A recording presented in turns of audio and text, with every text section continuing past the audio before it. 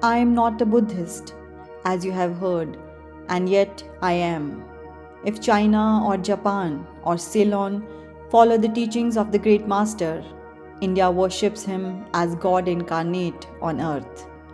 You have just now heard that I am going to criticize Buddhism, but by that I wish you to understand only this: far be it from me to criticize him, whom I worship as God incarnate on earth. But our views about Buddha are that he was not understood properly by his disciples. The relation between Hinduism and what is called Buddhism at the present day is nearly the same as between Judaism and Christianity. Jesus Christ was a Jew and Shakyamuni was a Hindu.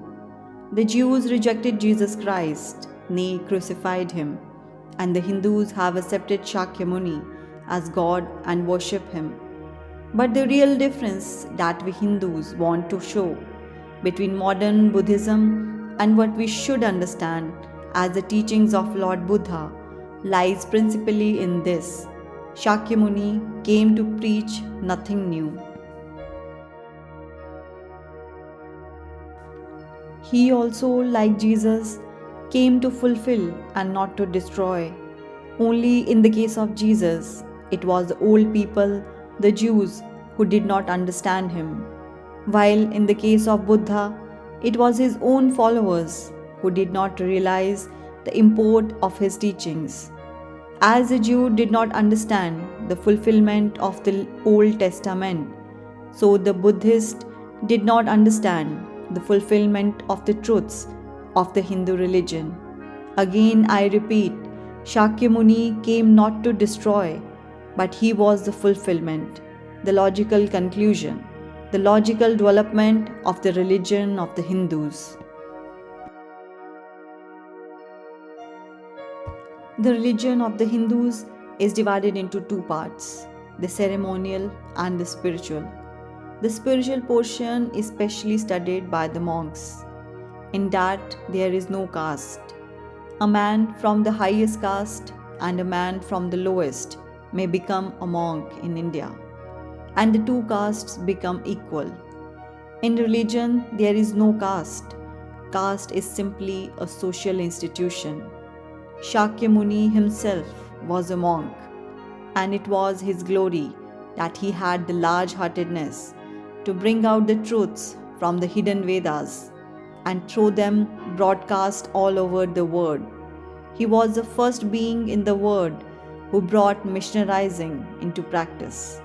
Nay, he was the first to conceive the idea of proselytizing. The great glory of the Master lay in his wonderful sympathy for everybody, especially for the ignorant and the poor. Some of his disciples were Brahmins. When Buddha was teaching, Sanskrit was no more the spoken language in India. It was then only in the books of the learned. Some of the Buddha's Brahmin disciples wanted to translate his teachings into Sanskrit. But he distinctly told them, "I am for the poor, for the people. Let me speak in the tongue of the people." And so, to this day, the great bulk of his teachings are in the vernacular of that day in India.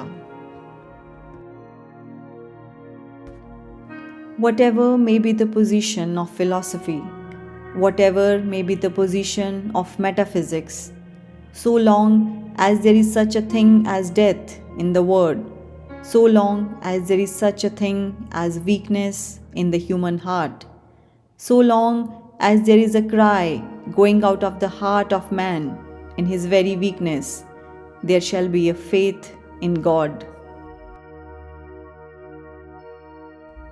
On the philosophical side, the disciples of the great master dashed themselves against the eternal rocks of the Vedas and could not crush them. And on the other side, they took away from the nation that eternal God to which everyone, man or woman, clings so fondly. And the result was that the Buddhism had to die a natural death in India. At the present day, there is not one who calls oneself a Buddhist in India, the land of its birth. But at the same time, Brahmanism lost something, that reforming zeal, that wonderful sympathy and charity for everybody, that wonderful heaven which Buddhism had brought to the masses and which had rendered Indian society so great that a Greek historian who wrote about India of that time was led to say that no Hindu was known to tell an untruth and no Hindu woman was known to be an unchaste. Hinduism cannot live without Buddhism, nor Buddhism without Hinduism. Then realize what the separation has shown to us, that the Buddhist cannot stand without the brain and philosophy of the Brahmins, nor the Brahmin without the heart of the Buddhist. This separation between the Buddhists and Brahmins is the cause of the downfall of India. That is why India is populated by 300 millions of beggars, and that is why India has been the slave of conquerors for the last 1,000 years.